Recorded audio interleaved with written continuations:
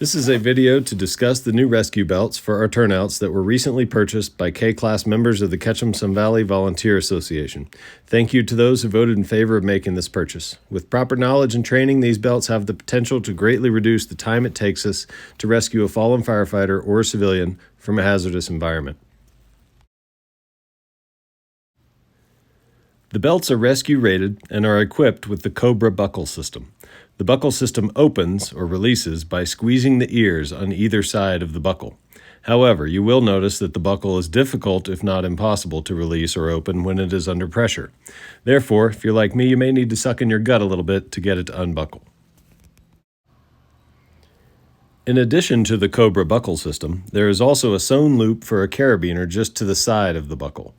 Carabiners have also been purchased for each belt, and they should be stored in that loop. You may store your carabiner with the gate facing up or the gate facing down, your choice. I would, however, suggest having the hinged portion of the carabiner gate closest to you, having the open end of the gate away from you, making it easier to clip onto a rope or webbing strap.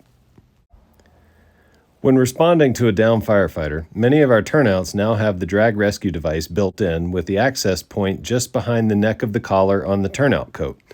Additionally, our Scott SCBA air packs also have a grab loop on them that, while not rated for rescue, may work very well for extricating a downed firefighter. You may also notice that the DRD webbing may be difficult to access on a victim with an SCBA on. For that reason, my go-to first attempt for extricating a downed firefighter will be to attach to the grab loop on the SCBA. Keep in mind that this grab loop is not rescue rated and as such should never be trusted in a vertical environment. However, for a ground drag scenario, it should be plenty strong and is the most easily accessible attachment point. As always, we want to first route the victim's waist belt between their legs so that the victim cannot slide out of the bottom of the SCBA during rescue. Here we have a single firefighter rescuing a downed firefighter. After assessing level of responsiveness, the rescuer radios command and packages the victim for extrication by routing their SCBA waist belt through their legs. Then the rescuer will take their hose strap and attach one end to the SCBA grab loop and the other end to the carabiner on their rescue belt. From there, the rescuer can use the drag method that we'll call the Lineman drag, which puts them on all fours facing forward with the use of all four of their limbs and the ability to stay as low as necessary depending on conditions. Additionally, the pull is done in line and the work is being done by the legs while minimizing the demand placed on our forearms and strain on the back. And if you're keeping track, this is 50 seconds from patient contact to beginning extrication.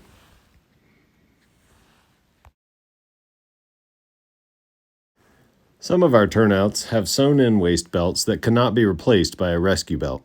If you have these turnouts, one alternative to still enable you to use the lineman drag method of pulling a victim is to route the hose strap through the waist belt of your SCBA.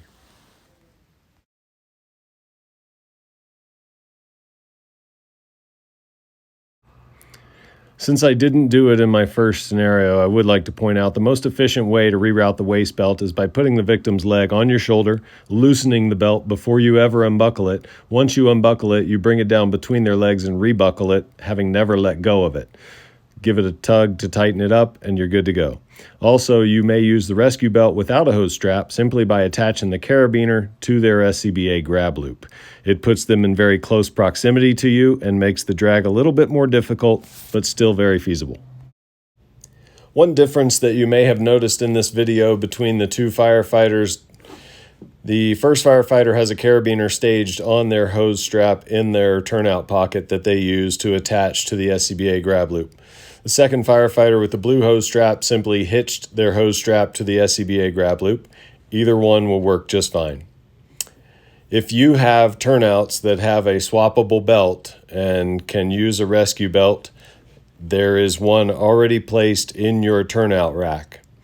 When you replace it, take the old belt and look for a cardboard box in the apparatus bay, probably near the bench, that will have old belts in it. If you need a different size, contact Lieutenant Martin or Lieutenant Potter or any of the other duty staff.